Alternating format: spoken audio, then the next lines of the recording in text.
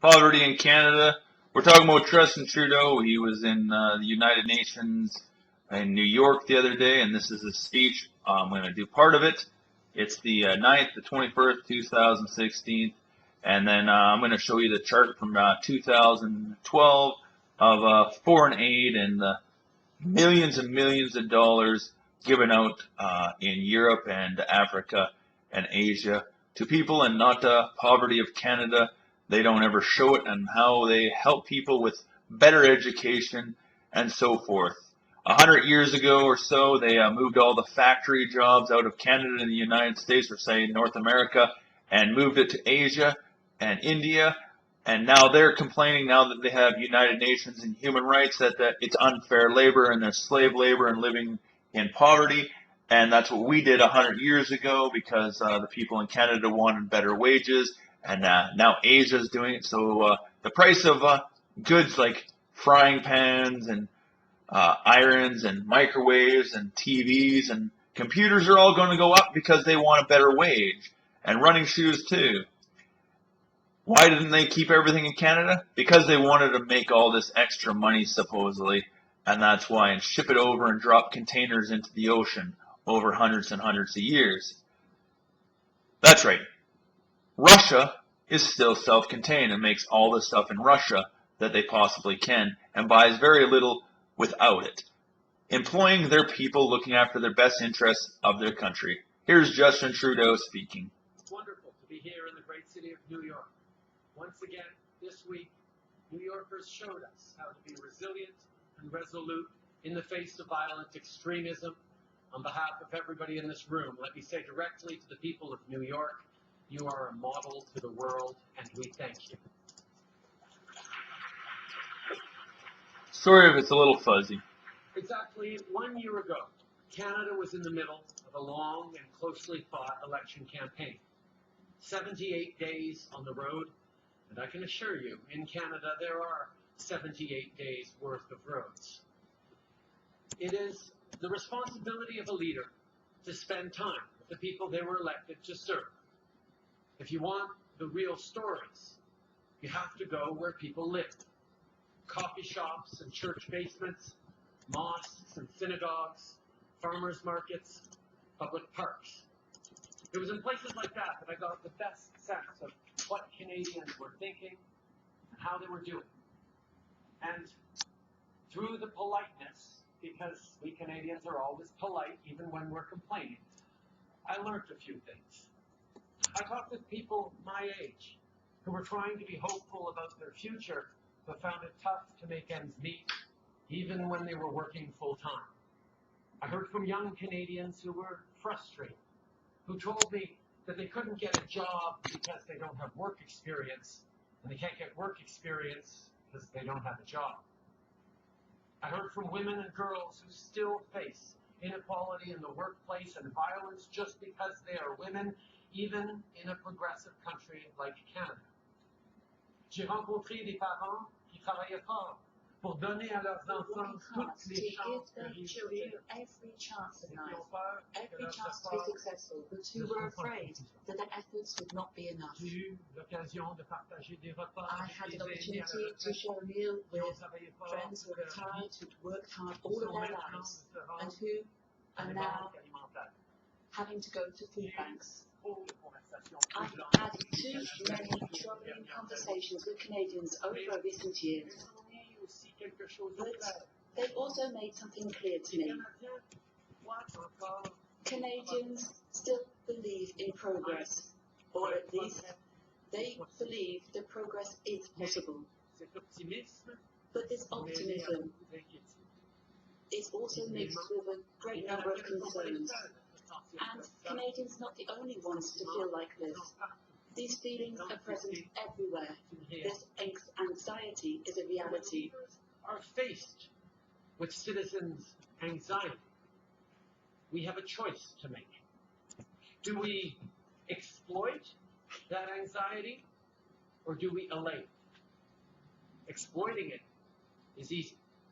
But in order to allay it, we need to be prepared to answer some very direct questions. What will create the good well-paying jobs that people want and need and deserve? What will strengthen and grow the middle class and help those working hard to join it? What will build an economy that works for everyone? What will help to make the world a safer, more peaceful place? To allay people's anxiety, we need to create economic growth that is broadly shared, because a fair and successful world is a peaceful one. We need to focus on what brings us together. Anyway, he says he's talking to poverty. We already know the United Nations has said that our country has a problem with poverty and everything like that in the past, because that's what happens. We look at the long and short of it. We have poverty problems. They're discriminated. They can't find good paying jobs, like he said as well.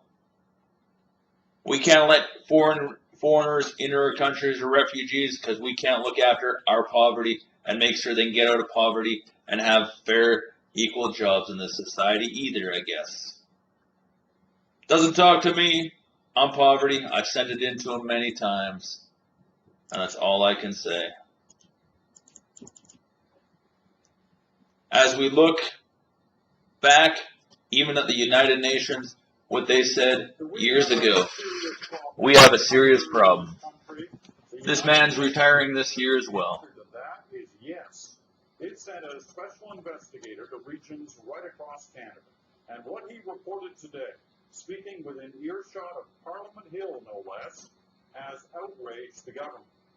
The CBC's Lori Grant. 800,000 households who are considered food insecure, representing between 2 and 3 million individuals, and that we have close to 900,000 people depending on food banks. That's probably just within Toronto where he went. It sounds a little discriminating. Armed with statistics, saw the problem firsthand, and still, the government refused to accept his conclusions. Discredit to the United Nations. But he was actually here on the invitation of the government. He met with a number of people who depend on food banks to feed their families. Food is almost non-existent. My monthly income from 3 jobs is just under $2,000 a month.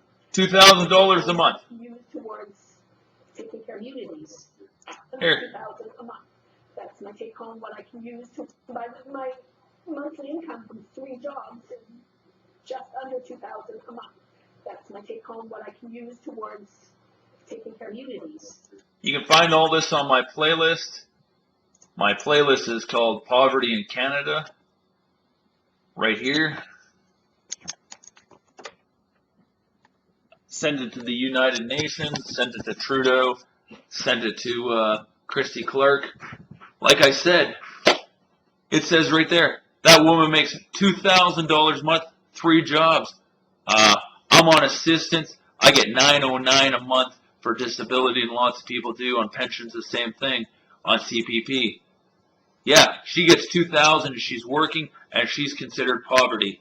I'm way below that poverty line. And when I worked in construction and plumbing or pipe fitting and carpentry and insulating houses, or just doing general labor jobs, let's say, I made $1,300 a month and was barely scraping by and couldn't keep my girlfriend happy or fed either. We had basically 1 meal a day. My girlfriend's name back then was, what was it? Oh, I went through a few. Nola Verconier, Bree Dixon, who I lived with for several months, and then she decided to find greener pastures, and a few others after that. And then I dated a girl when I moved out to Saskatchewan who was a pipe fitter or plumber trying to start out, who was becoming a master's in psychiatry, she said, so she could become something, which is just what she said, because there's no such thing as master's in psychiatry. It's a degree in psychiatry. So she was probably playing my mind too. Her name was Kim Brandt. Anyhow, women don't want to be around men who are impoverished or have no money because they want a better future. They want to be pregnant and be able to be fed as well. Check out my playlist, Poverty, Slavery in Canada, the United States, 2016 United Nations, Universal Declaration of Human Rights, and so forth. Have a great day. I don't know what else to say, but